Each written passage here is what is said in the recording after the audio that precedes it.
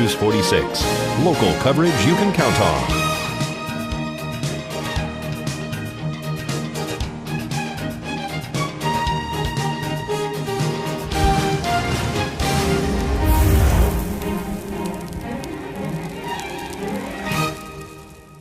At Healthcare Partners Medical Group, our mission is to provide the highest quality of healthcare to each and every patient. With 5 locations in Pahrump, we are local doctors you know and trust. We want to thank you for choosing us. Quality care starts here.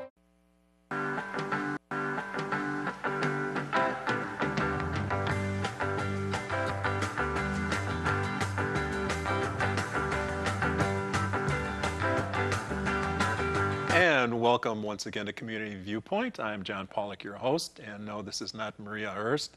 This is Paul Hepburn, the head of the plumbing department at Home Depot, and he's going to be talking with us today about swamp coolers, the care and maintenance of the swamp coolers, and we're going to do a little instruction for 10 minutes, then we're going to do some hands-on for the last part of the show. But before we get into the show, I'd like to say hello to all my friends that I met again, and the new people that I met over at Burning Man last week. I had a great time over there.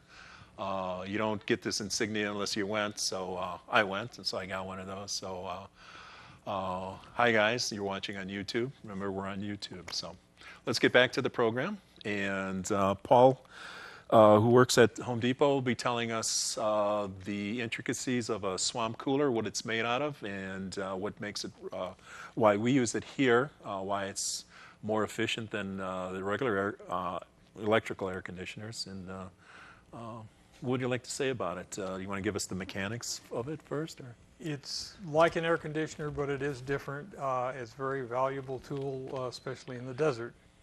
It has 4 different areas: a sump, a water distribution center, cooling pads, and an air distribution system. But basically, it just takes dry air from outside and runs water through it. The water evaporates and it cools the air, so you have humid, cool air. Now, I've read from the internet different instructions that it doesn't start working efficiently until about 85 degrees. Is that right? Well, and dry air, naturally. Mine comes on in the middle of the night and it gets ice cold. Okay. It cannot cool more than 25 degrees. Right. Okay. Okay, you're limited by that. If you try to work it with an air conditioner, the evaporative cooler puts moisture into the air. The AC takes moisture out of the air. The AC will lose. It'll burn up. You don't want to use the two together. Right. You can use one or the other. You can separate the two, use a cooler in one room and an AC in another room, but it has to be separated. A lot of people use the swamp coolers in their garages. I see that. That's great a separate area. Completely. Yeah, as long as you keep the door closed. If you keep the door open. If you have the door open, though, it's not going to burn up your AC unit. It isn't. But it's not going to enhance its lifetime. Okay, they're working against one another, and you don't want to do that. Right. Like I saw one episode of Monk. He was sick in bed one time. He had a humidifier on the one side and a dehumidifier on the other side. You don't want to do that. Kind of like some of his other ideas, not very, very efficient. Right. So do you want to give us what makes a swamp cooler work? We have it right behind us Okay, here. Basically you have a sump which holds the water. You have the water coming in with a ball cock on it, which limits how much water comes in. In here somewhere there's also a standpipe, a little pipe that if the water gets too high it will overflow and go outside. Mm-hmm. This part here is on your roof. This is a downdraft. The air is going like here.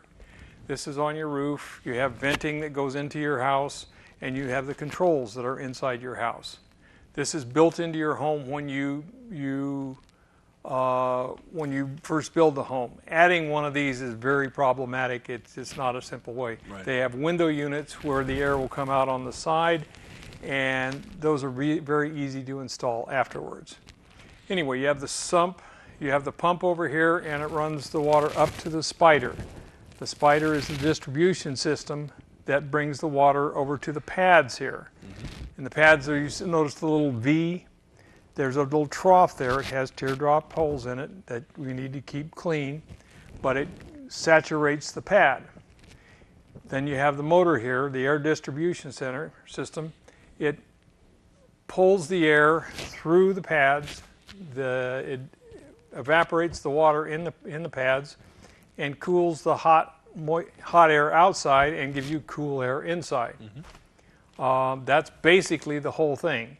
There are many different configurations, many different ways of doing it, but it's all basically sump, water distribution, pads, and air distribution. One important thing, if this is on your roof, if you have that standpipe in there, make sure that exits off the roof and not straight down into your home. Because I have a friend of mine out in Tacoma. It's on the roof of one of her little hostel trailers. I make sure that the tubing goes off to the side so it doesn't go straight down into the building itself. The manufacturer should locate it where it's over here in this area or back in this area. And to the side. Because right here and here is where the venting goes down and you can't physically get the standpipe in there. But if you can have it go from here right onto the roof, or you can put a hose onto it. It's got a hose bib fitting on the bottom. You can put a garden hose on it and run it to your garden if it were to overflow. Right. And sometimes they do. This needs to be level, incidentally. My God, if it's yes. not level, you do have a few problems. Right. And you could change the level of water real easy with the float, and the arm is made to be bent. Just bend it, yeah, just a little bit. Right. And you can take the pads off. There's a pad on all four sides, and you can take generally this particular pad off so you have access to the motor and the belt, the pump, the float. That way you have access to work towards everything. A lot of times one is on one side and the water distribution is on this side, and the motor is on the other side because water and electricity don't work very well together. Right. Because I remember my friend had the motor up on the top. The spiders, one of the legs fell off, and the water was flowing straight onto the motor, and she burned up her motor. Yeah. So you have to make sure when you buy the kit with the spiders, you use the acetone, is it? It's not a regular glue. It just bonds the plastic It's together. an EK glue, yeah, but it's designed specifically for that, and it does work. Right, that works very well. You put it in, you Twist it.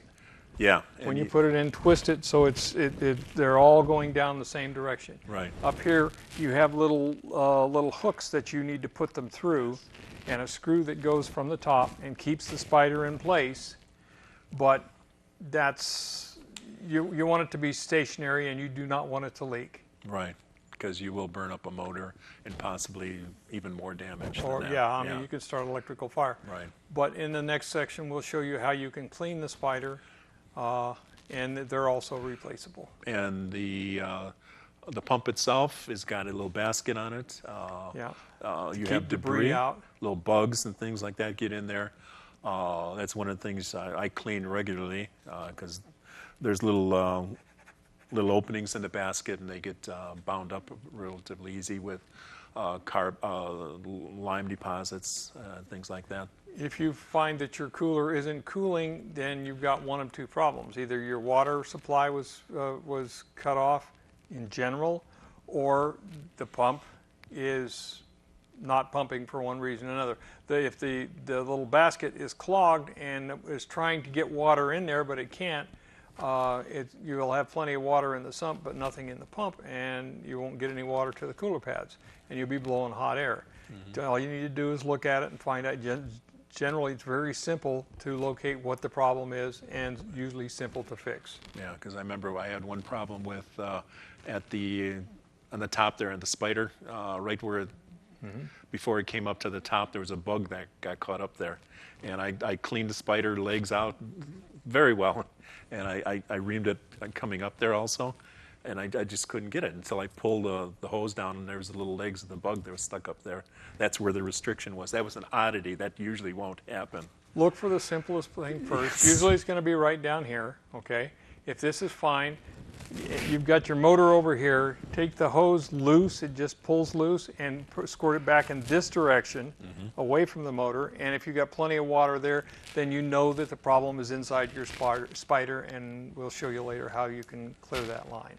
Okay, do you have anything else for this segment? Because Because we're almost done. One thing, we have swamp coolers that are called portable swamp coolers. They're on wheels. And people look at the idea that, oh, I can put that in my living room and it will cool everything. We have one of those. Do you have that picture of that portable one, Jeff? Let's throw that up there real quick. Something like that? Something. That's a portable one. That's I believe so. Yes, that is. You pour water. There's a little spot in here. You pour water into it, and the way you can roll it around, you can move it to different rooms. It's a wonderful idea, but you have to understand the principles. It has to draw from dry air. Mm-hmm. You have to slide it next to a window and permit it to bring air from the inside. If you put it in a closed room, it will cool the room.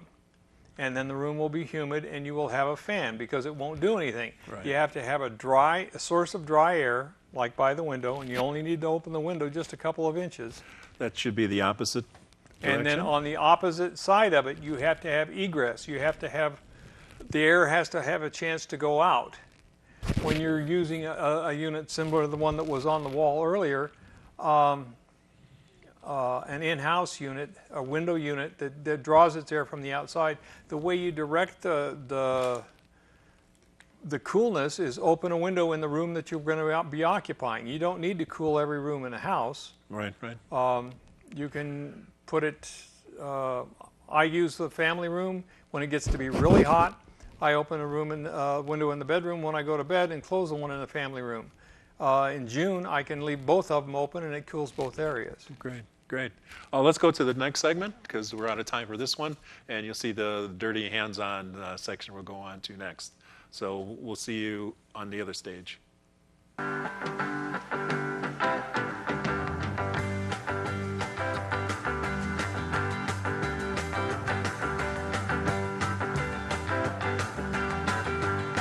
We're back again with Paul, and Paul's going to show us a little bit about manicuring the pads and the innards of the swamp cooler that he has sitting behind him. So take it away, Paul. Okay, your basic swamp cooler, like I said, this is the window unit that we talked about earlier.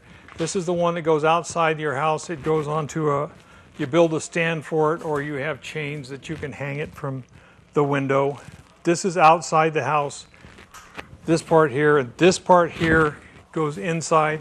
Your controls are inside, and it plugs in inside. A lot of people have talked about, can I put a thermostat on my swamp cooler? Putting a thermostat on it is very, very problematic, but you can put a timer on it. Okay, a 3-pronged grounded timer. Just plug it in to where you would plug that in and plug this in, and you can have it start at 6 in the morning if you'd like, or 10 in the morning, or have it come on at 4 o'clock if you get home at 5 o'clock. Any way you want to work it. Timer helps. Timer is simple. Thermostat problematic. Basically, what we're going to talk about right now is how to make it work better. This is a purge pump. Okay, it goes in here. In the back, we have over in that corner, there's already a pump that pumps the water up to the spider, and that goes into the pad, into this little area here. The water runs into here, drains down here, and keeps the pad saturated. It needs to be saturated. If you have one little area that is dry, then that's where all the air is going to go through. That's the path of least resistance, and you're going to just pump warm air into your house. So the whole pad needs to be saturated. The purge pump cleans the water out and replaces the water so you have fresh water. You don't have a buildup of chemicals. After you take the water away, there's nothing left but the sediment.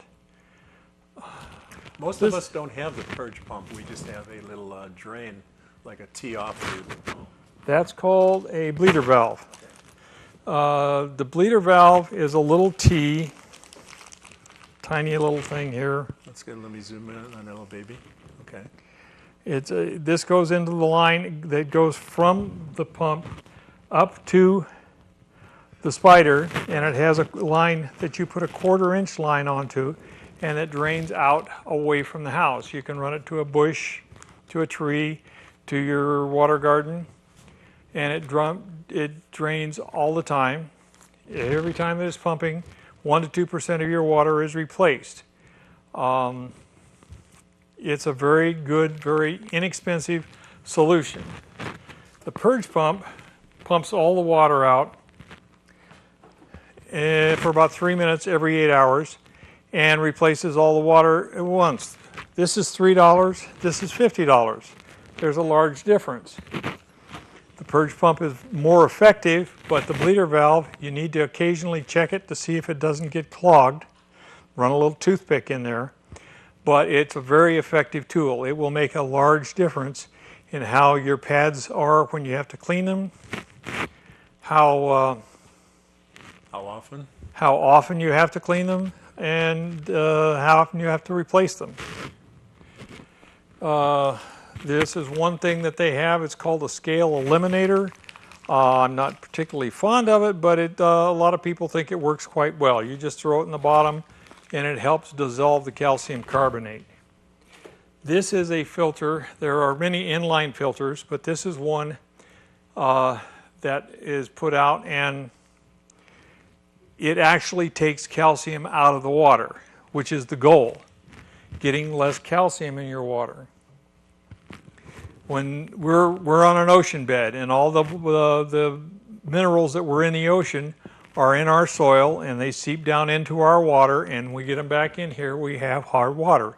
Most of that water is calcium carbonate, and that's what we have. All the white stuff everywhere on your sinks and your faucets, in your swamp coolers, is calcium carbonate, and that's our biggest problem. This actually removes the calcium. You had the oiler over there too. That's another important. This you have back here, and on the other side you have a bearing.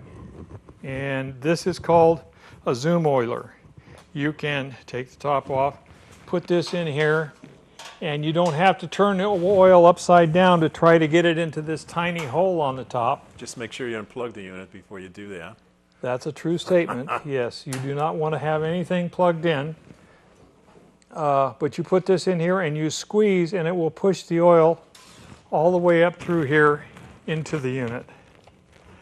A problem that John told me he had was the pulley up here on top was too tight, and it was making the motor bind, and your squirrel cage wouldn't pull the air through here. Right there where you got your hand, yeah. Up here. By backing off on that, giving it more room for the V-belt, there was less, the motor was working easier, it wasn't bogging down. They have a thermal overload that'll protect them. You have to wait like half an hour, hour, 2 hours before they cool down. But it shuts, so you don't burn the motor up right away. But it shuts the motor down, yeah. Right. Then you know you have a problem. If you get to that point, you have a real problem. There's an Allen set screw here. You unscrew it. You can pull this out just a 1/16 of an inch, an 1/8 of an inch, just so the belt slides in a little easier, and then tighten the Allen screw down again. What you want to do, these are tight, okay? You don't want them tight like a generator belt. It's not like on your car. What you want to do, you can loosen this screw, and then there's another one on the other side, and you can make it so these come in, and you have this much play. That's how much. That's how much play you want to have. If this slips a little bit when it starts, if it takes an extra second to build up to get the speed, who cares? It doesn't make any difference. When this is tight like this, like banjo string tight, it's pulling 6-8 amps. When you get it loose like this, it's going to pull 2 amps. You're going to save a lot of your electricity. You're going to save a lot of wear and tear on your motor. It's going to be better for everybody and everything. There's no reason to keep them tight. We talked about earlier the spider and cleaning the spider. It's a black plastic tube that's up here. They have this handy dandy tool that you can buy. and you just push it in here A lot of times when the water's off again, Right. and run it through like this. If you don't, you're out in the middle of the desert, oddly enough, place to find a swamp cooler. If you're out in the middle of the desert and you don't have one of these, you can utilize, cut a piece of trimmer cord from your weed whacker. And you can use that same thing to clean this out. Oh, it's got enough body to it. Yeah, Yeah. the ones that are ones that have edges on them work a little better, but it'll do the same thing. Looseness of this. We talked about your standpipe. This is the overflow pipe that goes in the bottom of that. So normally you're going to have about this much water. And if you do have a problem with it too much, it'll overflow and go right out the bottom. Or you can put a garden hose onto it.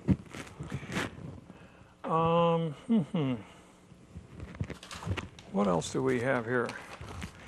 When you're cleaning this, okay, I'm going to get to the cleaning here. How are we doing for time? How many more minutes, Jeff? We have 4 minutes. So Okay. We're going to be doing the pads right now. Oh. There's a consideration, do I clean in the spring, do I clean in the fall? Okay, if you clean in the spring, everything's had winter to sit on. It's gotten dried, it's gotten crusty. Some things are a little easier to clean when they're crusty, according to curmudgeons. But Okay. A lot of people think cleaning in the fall, after everything has just been used, you're not only set up fresh, but everything's easier to clean. This is all wet. You can scrape it loose with the putty knife and get the junk out of there and just wash it out. You can take that standpipe completely out and just wash everything off. The other part is the pads. Cleaning the pads can be problematic. We're going to clean one right now and show you how. This pad has come off of quite an older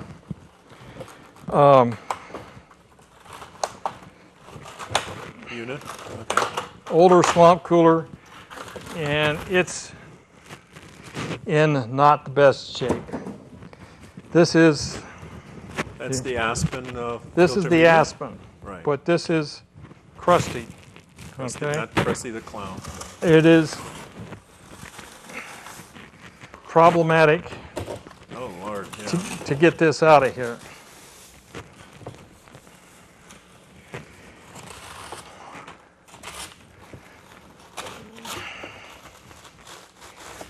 And it's very dusty. If you clean in the spring, it's not quite as dusty. I'm not one of those guys that has to have a safety mask on because it's, There's your calcium deposits on the outside. yeah, we're going to get to that in a minute. But you can see, this is a little hard to deal with. Okay.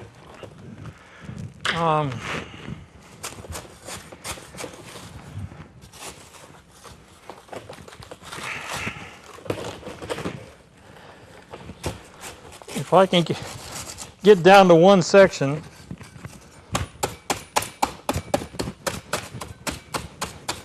So this has been in use how long to make it that bad? Would that be a year? this could be a year, Wow. it could be 2 years, but it is, if you can see the buildup here, You don't want it to get that bad. you don't have to get everything off. You do have to get enough to get airflow. Everything is about airflow. Right. Here's one I worked on earlier that I didn't have a mask on. As you can see, there's quite a bit of difference. Right. Okay, but you just, You can take a wire brush, get most of that you can off. take a wire brush. You can also strum it like a harp, and that gets a lot of it off. But you can take and do each one individual. It doesn't have to be pretty. It really doesn't. Right. Pretty's not necessary.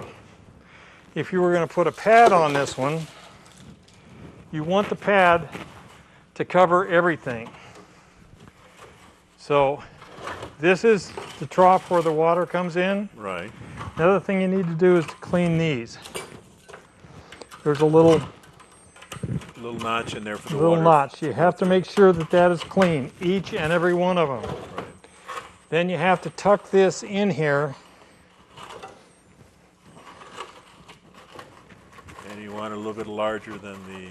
And that's why I'm laying it out here. Right. You tuck this in. Here's the side of the pad.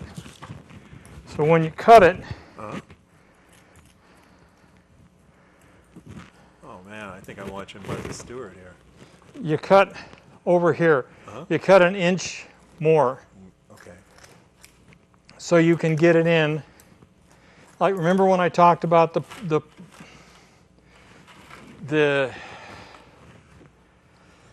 where it's the path of least resistance. You want to make sure that you have everything tucked in here like this. So everything, cut it an inch bigger than you need it. That way you'll have plenty of product to fill the hole.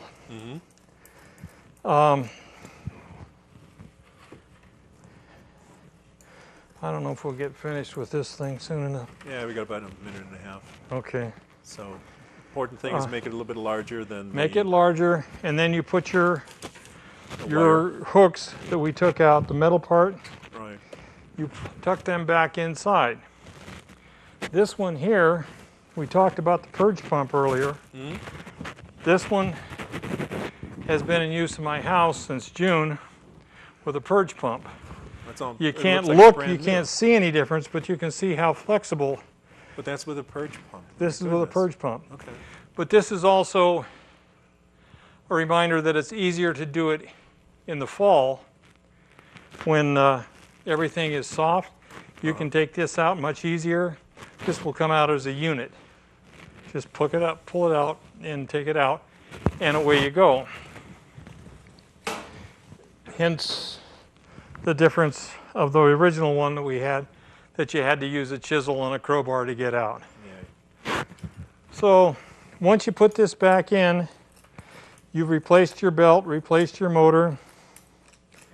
You're basically good to go.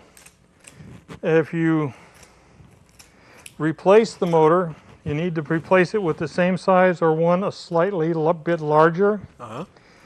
The idea being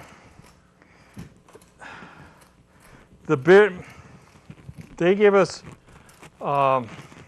sizes. This deals with 600 to 700 to 800 square feet. Figure the 800 square feet is for somewhere in Central California where a really hot day is 98 degrees. Go with the smallest size that they say on the package if you're going to be in Pahrump where a hot day is 117. That's basically the difference. So if you want to talk a little bit more with Paul, you're over at Home Depot. Home Depot, You're there almost every day. it seems like it sometimes, but we have a very knowledgeable staff, very helpful people. And if you have any suggestions, give us a try. Yeah. You've got a lot of equipment there. You've got a lot of parts, and they're placed very easily, easy to buy. People are very knowledgeable, like you said, and they're placed out there so you can just grab them, and they're easy to find. We're trying to stay in stock with everything that we've got, and we just got a fresh supply of stuff in today. Okay, so basically that's it, folks. The care and feeding of your swamp cooler, the maintenance of your swamp cooler. If you have any more questions, go talk to Paul. Keep at it Home simple. Depot. Yeah, 751-6004. And we're going to say goodbye to you now. And thank you so much, Paul, for coming over to our station and bringing this the set over with you. And I appreciate everything you've done for us today. So thank you very much, and we'll see you next week then. Thank you.